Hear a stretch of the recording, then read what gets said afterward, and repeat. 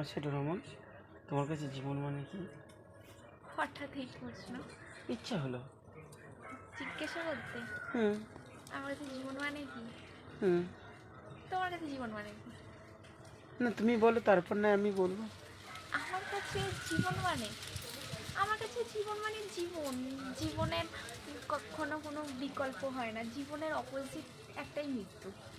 জীবনের কখনো কোনো কিছুর সাথে তুলনা হয় না, কিছুই হয় না। জীবন আজকে এক সেকেন্ড আগে হলো আমি বেঁচে আছি, জীবন একটু পরে যদি আমার মরে যাই বা আমার শ্বাসটা বন্ধ হয়ে যায় তো মৃত্যু। জীবনের সাথে কখনো আর গোটা পৃথিবীর মানুষ হয়তো প্রত্যেকটা মানুষ কি মনে করে সেটা আমি বলছি। প্রত্যেকটা মানুষ মনে করে, যেমন ধরো একটা সন্তান জন্মগ্রহণ করলো বড়লোক বাড়িতে, ওকে, হুম। তো সে কীভাবে মানুষ হবে? অনেক ভালোভাবে, অনেক সুন্দরভাবে, সব সুখ স্বাচ্ছন্দ্য পাবে, কোনো কিছুর অভাব থাকবে না। সে জীবনটাকে অন্যভাবে অনুভব করবে। একদম। আর যে গরিব ঘরে করবে, সে অনেক স্ট্রাগলের মধ্যে দিয়ে যাবে, কিছু হয়তো পাবে না।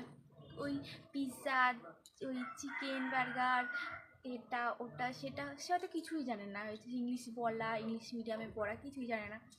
তার কাছে জীবন মানে একটা সে মনে করবে এইটাই আমার জীবন। তারপরে যে মধ্যবিত্ত ঘরে জন্মাবে সে হয়তো সব কিছু পাবে, বড়লোকও গরিবও দুটো মিক্স করে। তার কাছে জীবনটা একটা উল্লাস, আনন্দ, মজা মস্তি, এটা ওটা সেটা। তো জীবন, আমি মনে করি জীবন মানে কোনো কিছু নয়। জীবন মানে না, সবাই মনে করে যে আমি এইভাবে চলছি, আমি এই মানে যে বড়লোক সে তার জীবনটাকে সেইভাবে মনে নেয়। আর যার ব্রেকআপ হয়ে গেছে সেভাবে আমার জীবনটা কি খারাপ, আমার জীবনটা এরকম, আমার জীবনটা ওরকম।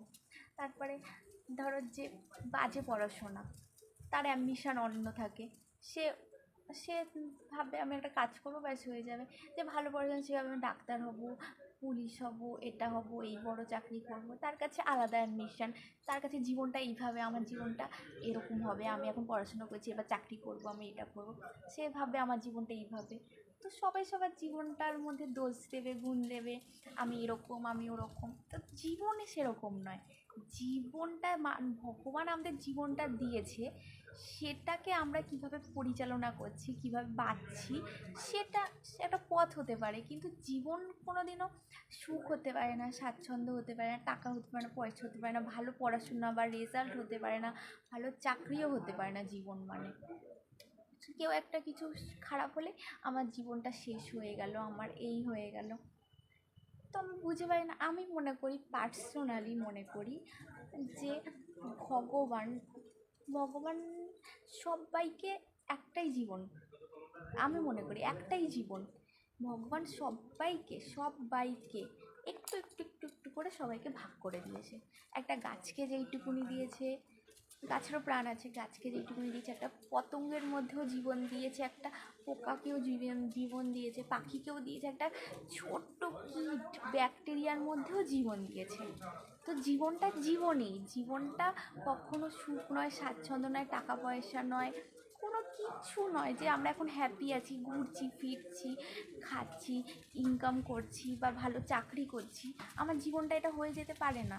এটা জীবনের একটা অংশ হতে পারে, এটা একটা বাঁচার প্রক্রিয়া হতে পারে, কিন্তু কখনোই জীবন নয়। জীবনই ভগবান সবাইকে একটু একটু একটু করে দিয়েছে। আমরা সব জায়গায় একসাথে জড়ো।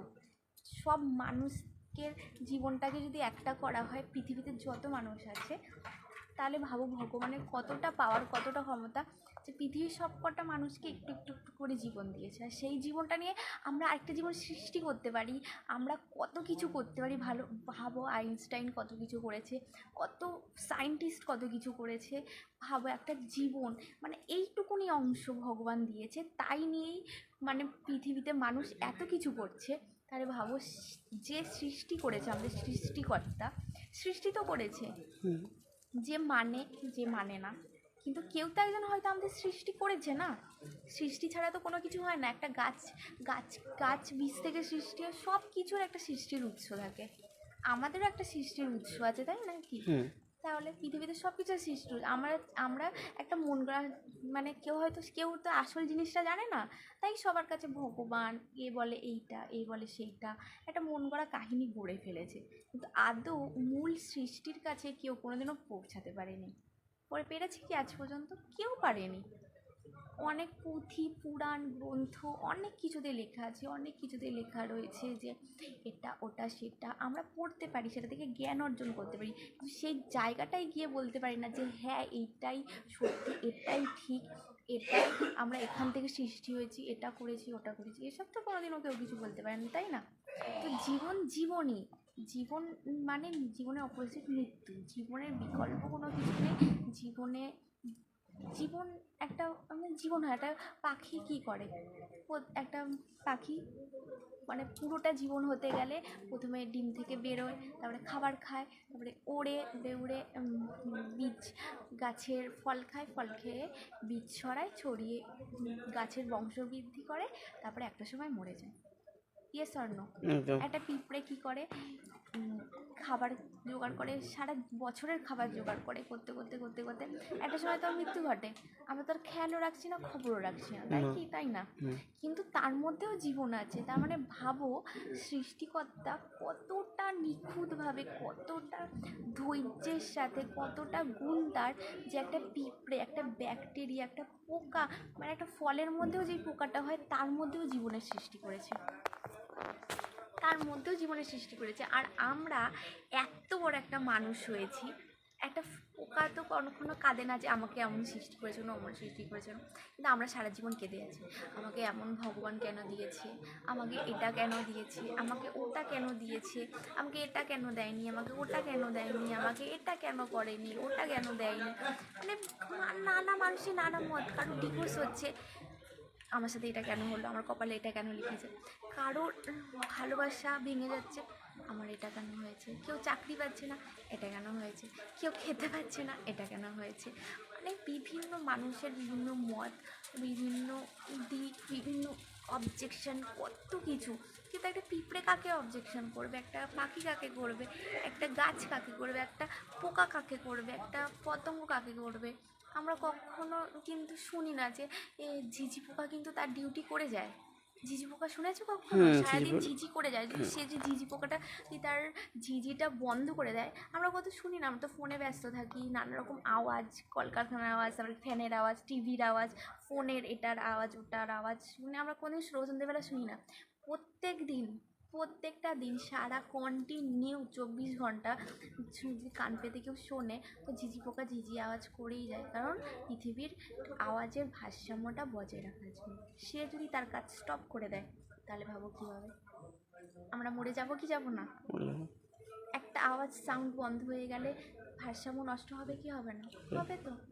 তাহলে একটা পাখি যদি পাখির কাজ না করে, তাহলে কিন্তু আমরা কিন্তু বসে থাকি সারাদিন, বসে বসে খাই দাই, ঘুরি ফিরি, ফোন ঘাঁটি, আমাদের কাজ শেষ। তারপরেও আমাদের এত বড় পৃথিবীতে সব থেকে শ্রেষ্ঠ জীব ভগবান মানুষকেই বানিয়েছে, তারপরেও মানুষের এত কোশ্চেন, মানুষের এত সমস্যা, মানুষেরই এত প্রবলেম, মানুষেরই এত হিংসা, এত কিছু। আমি এটাই বুঝতে পারি না কেন। জীবন তো জীবনই, জীবনকে জীবনের মতো বাঁচতে হয়। জীবন আজকে যদি জীবন না থাকে, কালকে সকালে হয়তো পরের সেকেন্ডটাই আমার কাছে জীবনটা আছে কি না সেটার গ্যারেন্টি নেই।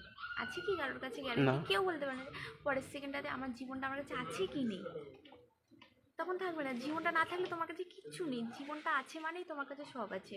সেই জীবনটাকে আমরা কখনো কোনো পাত্তা দিই না, কোনো কিছুতে কোনো কিছু ভাবি না, কোনো কিছু করি না, জীবনটাকে জীবনের মতো বাঁচি না।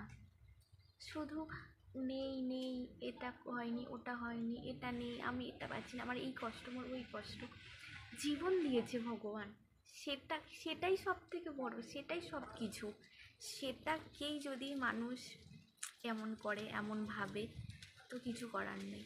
সবসময় ভগবানের কাছে বা সৃষ্টিকর্তার কাছে, ভগবান বলে কিছু হয় না, বা আমি মনে করি পার্সোনালি ভগবান বলে কিছু হয় না, বা কিছু হয় না।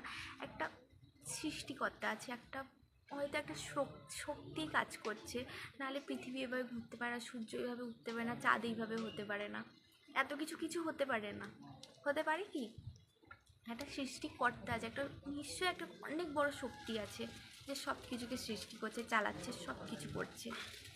তো আমি মনে করি যে ভালোভাবে থাকো, জীবনটাকে বাঁচো, জীবনটাকে, নট তোমার আশেপাশে কী আছে কী নেই সেই জিনিসগুলোকে বেছো না, জীবনটাকে বাঁচো। তোমার মধ্যে যে জীবনটা আছে, মনে করবে এখন না আছো মানে সবসময় সব মনে একটা কথাই মনে করো, নিঃশ্বাস নাও আর মনে করো আমি এখন বেঁচে আছি।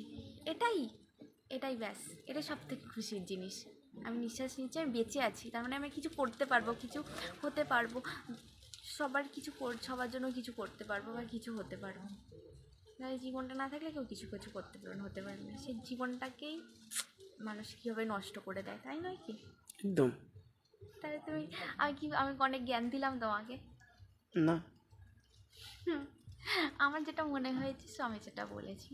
এবার কারোর ভালো লাগতেই পারে বা তোমার ভালো নাও লাগতে পারে বা কেউ বাজে ভাবতেই পারে, তো আমি জানি না। কিন্তু আমার কাছে পার্সোনালি জীবন মানে জীবন। আমি জানি জীবন যেমন ও কুরুক্ষেত্রের যুদ্ধে অর্জুন কৃষ্ণকে বলেছিল যে হে কৃষ্ণ, তুমি তো ভগবান, তুমি তো সব কিছু জানো, তাহলে আমাকে দিয়ে কেন যুদ্ধ করাচ্ছ, আমাকে দিয়ে কেন মানুষ মারাচ্ছ? তুমি তো চাইলে 1 সেকেন্ডে যুদ্ধটাকে থামিয়ে দিতে পারো, সব কিছু করতে পারো, কিন্তু কেন আমাকে দিয়ে মানুষগুলোকে খুন করাচ্ছ, মারছো? ওগুলো তো মহাপাপ।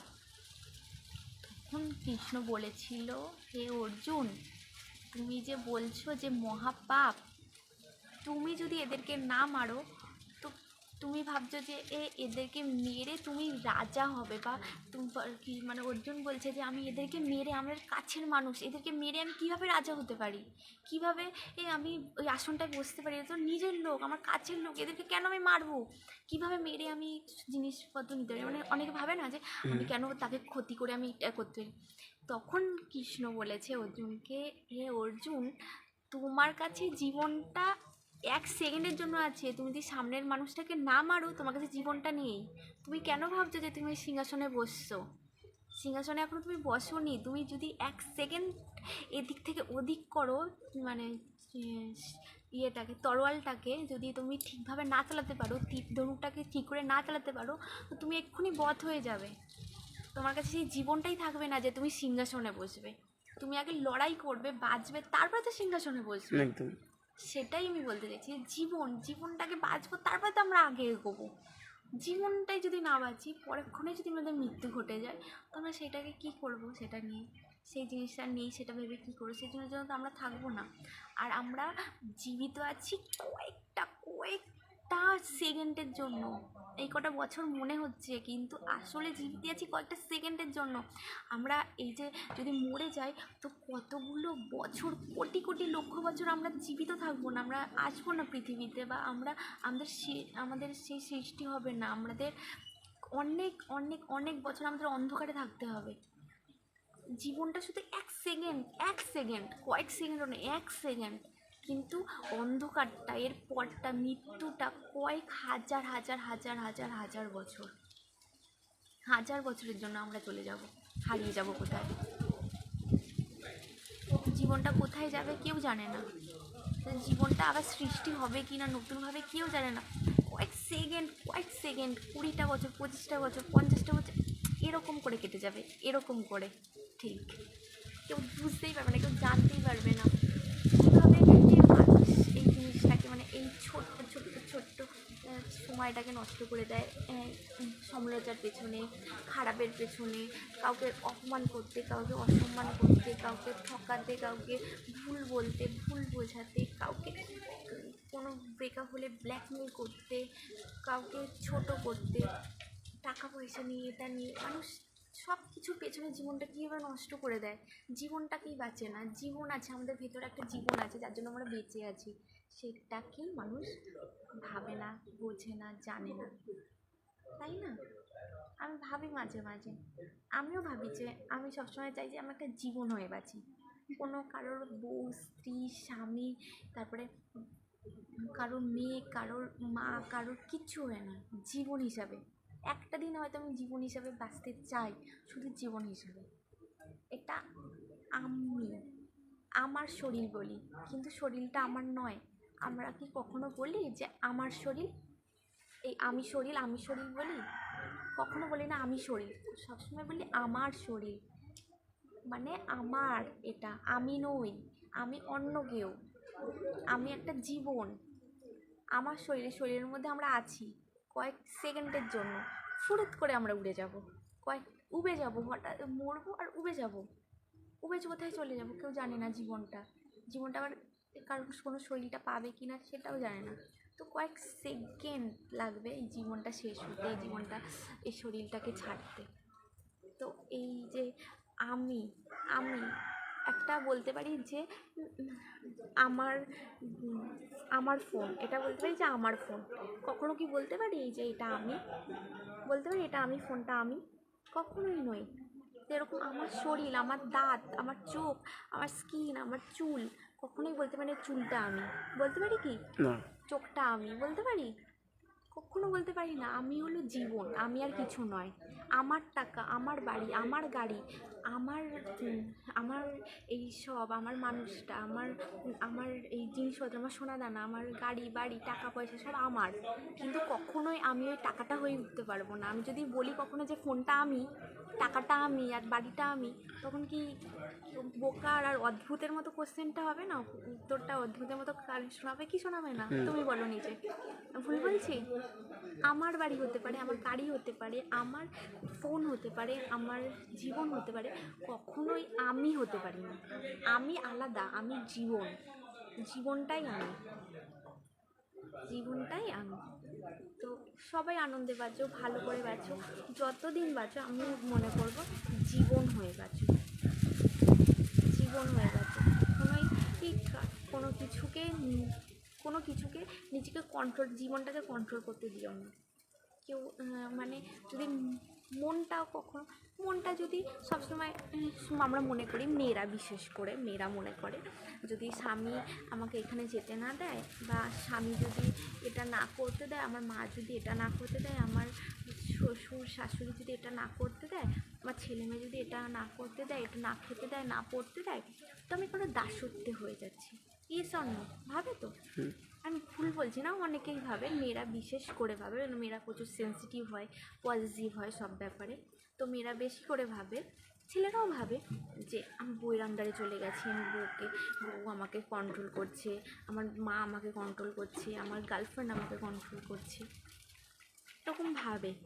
সবাই ভাবে দাসত্বে চলে যায়। কাউকে কন্ট্রোল করলে কিছুদিন পরে ব্রেকআপ হয়, কেন আমাকে কন্ট্রোল করছে, আমি কেন কারোর কন্ট্রোলে আসবো? এই যে মনটা তোমাকে কন্ট্রোল করছে, মনের মধ্যে খুশি হলে তুমি খুশি হচ্ছ, মনের মধ্যে দুঃখ পেলে তুমি দুঃখ পাচ্ছ, তো মনের আন্ডারে তো তুমি চলে গেছো। মনের আন্ডারে গেছো কি গেছো না? তাহলে মনটা তোমাকে কন্ট্রোল করছে, সেটা কি সব থেকে বড় দাসত্ব নয় একটা মানুষের জন্য? একটা মানুষের জন্য সব থেকে বড় দাসত্ব এটাই যে মন তোমাকে কন্ট্রোল করছে, তুমি মনকে নয়। মনটা তোমার মধ্যেই আছে, তুমি মনের মধ্যে নেই, তোমার মধ্যে। আমি বলি আমার মধ্যে মন আছে, এটা বলি কি বলি না? আমার মধ্যে মন আছে। আমার মধ্যে মনটা যদি আমাকে কন্ট্রোল করে, মনটা যদি খারাপ হয়, তখন যদি আমি কষ্ট পেয়ে যাই, কারোর অধিকার আমি কাউকে দেব না। আমার জীবনের অধিকারটা আমি আমার মনকেও দেব না যে সে আমাকে খুশি করতে পারে, সে আমাকে কাঁদাতে পারে, সে আমাকে হাসাতে পারে। আমি কখনোই কাউকে, তাহলে তো সব থেকে বড় বন্দি, সব থেকে বড় কারাগারে আমি নিজেকেই নিজে বন্ধ করে রেখেছি, তাই নয় কি? একদম। আমার মনের মধ্যে আমি নিজেকে নিজে বন্ধ করে রেখেছি কি রাখিনি? মনটা তো তাহলে আমাকে কন্ট্রোল করছে। মনটা আমার সংযত করতে হবে। মনটা আমাকে কেন কন্ট্রোল করবে? মনটা আমাকে কেন হাসাবে? মনটা আমাকে কেন কাঁদাবে? আমি একটা জীবন, আমার জীবনটাই সব কিছু, জীবনের মধ্যেই সব আছে। জীবন একটা, মানে একটা কতটা বড় শক্তি ভাবো। সেই শক্তিকে যদি কেউ কন্ট্রোল করে, তাহলে তুমি তোমার মনের দাসত্বে নেই, মনের কন্ট্রোলে নেই। মনটা তো তোমাকে কন্ট্রোল করছে, তাই নয় কি? তাই নয়? তাহলে সব সময়ের জন্য আমিও এখনও মনের কন্ট্রোলে আছি। আমি বলবো না আমি এখনও মনের কন্ট্রোল থেকে বেরোইনি। আমিও হট করে কিছু হয় রেগে যাই, হট করে কিছু হয় মুড অফ হয়ে যায়, হট করে বিষণ্ণ চলে আসে, বিষণ্ণ মুখে চলে আসে বিষণ্ণতা। তো আমি চাই যে আমার এই বিষণ্ণতা, আমার রাগ, আমার ক্রোধ, এই যে মন হট করে খারাপ হয়ে গেল, মন হট করে ভালো হয়ে গেল, এই জিনিসগুলোকে আমিও আমার মধ্যে কন্ট্রোল করতে চাই। কন্ট্রোল করতে মানে কি, আমি আমার মধ্যে এটার উপর কাজ করতে চাই। এটা আমার উইশ। আমি জানি না পারবো কি পারবো না, তো আমার এটাই চেষ্টা যে আমি এটাই করব। তোমরাও এটাই করো। অনেক ভালো থাকো। অনেক কিছু জ্ঞান দিয়ে দিয়েছি আমি আজকে সবাই। তুমি আমাকে বলবে ডোরেমন আজকে এত জ্ঞান দিয়েছে আমাকে, ওর মাথা খারাপ হয়ে গেছে এখন আমরা খাইনি, খিদে পেয়েছে অনেক জোরে। চলো আর কিচ্ছু বলবো না আমি। টাটা। Tata, bye bye.